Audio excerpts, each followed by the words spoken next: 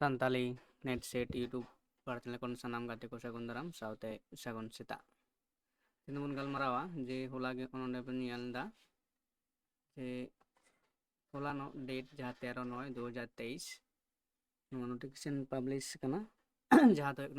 ᱠᱟᱱᱟ ᱯᱚᱥᱪᱤᱢᱵᱚᱝᱜᱚ ᱯᱨᱟথমিক শিক্ষা পর্ষদ ᱠᱷᱚᱱ 9 নম্বর নোটিফিকেশন ᱱᱚᱰᱮ ᱢᱮᱱᱟᱜ ᱟᱠᱟᱫᱟ। ᱪᱮᱫ ᱞᱟᱹᱭ ᱦᱚᱪᱚᱭᱮᱫᱟ ᱡᱮ parting to holding the teacher eligibility test 2023 primary in adherence to notice guidelines issue from by time to time। ᱚᱱᱟ ᱡᱟᱦᱟᱸ ᱱᱳᱴᱤᱥ ᱯᱟᱵᱽᱞᱤᱥ ᱠᱟᱱᱟ ᱮᱵᱚᱝ ᱚᱱᱟ ᱡᱟᱦᱟᱸ ᱫᱚ ᱦᱩᱭᱩᱜ ᱠᱟᱱᱟ ᱯᱨᱟᱭᱢᱟᱨᱤ ᱴᱮᱴ 2023 ᱨᱮᱱᱟᱜ ᱰᱤᱥᱮᱢᱵᱚᱨ ᱨᱮ ᱡᱟᱦᱟᱸ ᱫᱚ ᱱᱚᱰᱮ ᱚᱞ ᱞᱮᱱᱟ only such applicant who have bang ᱪᱮᱛᱟᱱ ᱨᱮᱱᱟᱜ it is hereby notified for notification that the West Bengal Board of Primary Education will conduct teacher eligibility test 2013 10/12/2023 तारीख सुध को एम कदा जहाँ दो लई दाको जे 10 डिसेम्बर रविवार 9 तारीख रे परीक्षा बिनिटे हतावा पश्चिमबंग प्राथमिक शिक्षा परिषद नोंडे जहाँ आरो ऑल का दाय नोआ चेदा चेद नंगकाना जे 2010-25/8/2010 read with 19/7/2011 और eligibility to apply for TET 2023 the academic and professional qualification for applying in TET 2023 और status in fact 2010 और 2011 जहाँ टेट को पास कदा उनको हो नोआ टेट रे लुप दाड़ेया को eligibility for applying TET 2023 नोडे जहाँ को क्राइटेरिया को उनको को एम कदा नोडे मेडा senior secondary equivalent 50% 2 year diploma जहाँ तो DLED को लेगा नोडे हो उनागी में 4 बच्चों ना 9 दा पेशाल BELED पेशाल जहाँ को ताकना B.Ed से ज़्यादा ये नोआ को मिना अगर नोआ दो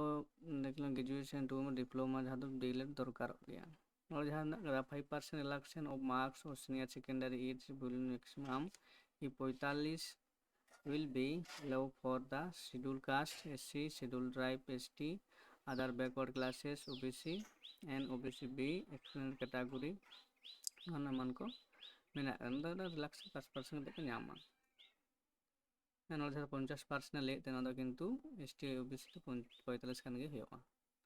तब उन्होंने personal appear final examination 2 year DLED ना जहाँ सर्टिफिकेट से मार्कशीट ले दे सोएदा पांतो जहाँ को पढ़ा करना उनको हो किंतु पामनवा निंटे को दुलुप दाड़ेया नोआ को तो ओना को भी मिना कदा ओना विभिन्न जहाँ DLED बा DED रे जहाँ को पढ़ा करना उनको ओना को दुकते अप्लाई दाड़ेया को candidate who will acquire minimum eligibility criteria beyond the date of publication of this notification will not be that 23 तापर लगना ऑप्शन फॉर फास्ट लैंग्वेज लेकाते सबसे लैंग्वेज हताव गानोआ कड़ा फास्ट लैंग्वेज चम दोहया हाँ बंगाली हिंदी उर्दू नेपाली सानताली उड़िया एन तेलुगु नोआ को मेना अगदा फास्ट लैंग्वेज सबते और सेकेंड लैंग्वेज में जतो हड़ा के समान जहाँ दो इंग्लिश तहना हाँ तब नोड़ा उल्लेख कदा जे टेट पास लेखान कन्फर्म दो बांग कना जे आम एम ᱧᱟᱢᱟ चाकरिम बहालोआ देखो नो पर्यंत नोआ लई कदे कैटेगरी जनरल दो जहां ऑनलाइन फिलअप ते लगा आकदा 500 टाका OBC A OBC B तो 400 टाका और ST ST दो उनको दो 250 टाका जहां तो ऑनलाइन रे आदा जहां दो ऑनलाइन रे चलाव ते फॉर्म फिलअप लेखान ओने दो नोआ नमो को माध्यम ते टाका पे गानो mode of application the oriented eligible candidate have to apply online only through WP website रे नो वेबसाइट चला करते कि नो फॉर्म दो फिलअप गानो कदा तब नो चलो जिन कना 14/9 खन हां 4/10 तारीख नो को नो तारीख मध्य रे नो मिनिट लगे दो ऑनलाइन ते एप्लीकेशन फॉर्म ᱯᱷᱤᱞᱟᱯ ᱪᱟᱞᱟᱜᱼᱟ 4-10 ᱫᱷᱟᱹᱨᱤᱡ, ᱛᱟᱨᱯᱚᱨ ᱫᱚ ᱠᱤᱱᱛᱩ ᱵᱟᱝ ᱜᱟᱱᱚᱜᱼᱟ। The application fees can be paid till 5-10 হ্যাঁ ᱩᱱᱟᱹᱜ ᱫᱷᱟᱹᱨᱤᱡ ᱪᱟᱞᱟᱜᱼᱟ ᱱᱚᱣᱟ ᱫᱚ ᱠᱳᱱᱳ ᱮᱯᱞᱤᱠᱮᱥᱚᱱ ᱨᱮᱱᱟᱜ ᱡᱟᱦᱟᱸ ᱯᱷᱤᱥ ᱥᱮ ᱯᱮᱢᱮন্ᱴ ᱞᱟᱜᱟᱜᱼᱟ ᱱᱚᱣᱟ ᱡᱟ ᱯᱚᱭᱥᱟ ᱚᱱᱟ ᱯᱮᱢᱮন্ᱴ ᱞᱟᱹᱜᱤᱫ ᱫᱚ 5-10 ᱫᱷᱟᱹᱨᱤᱡ ᱜᱟᱱᱚᱜ ᱟᱠᱟᱫᱟ ᱚᱱᱟ ᱯᱷᱤᱥ ᱯᱮᱢᱮন্ᱴ ᱞᱟᱹᱜᱤᱫ ᱛᱮᱫᱚ ᱱᱳᱴᱤফিকেশন ᱧᱮᱞ ᱦᱩᱭᱱᱟ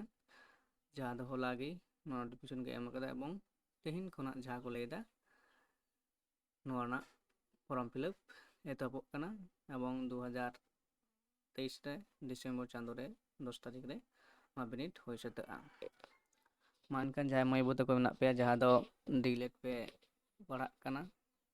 ᱯᱷᱟᱭᱱᱟᱞ ᱤᱭᱟᱨ ᱨᱮᱯᱮ ᱮᱢ ᱨᱮᱦᱚᱸ ᱫᱩᱲᱩᱵ ᱫᱟᱲᱮᱭᱟᱜᱼᱟ ᱯᱮ ᱟᱨ ᱡᱟᱦᱟᱸᱭ ᱠᱚᱯᱮ ᱯᱟᱥ ᱠᱟᱫᱟ उनको अभी लगन माछा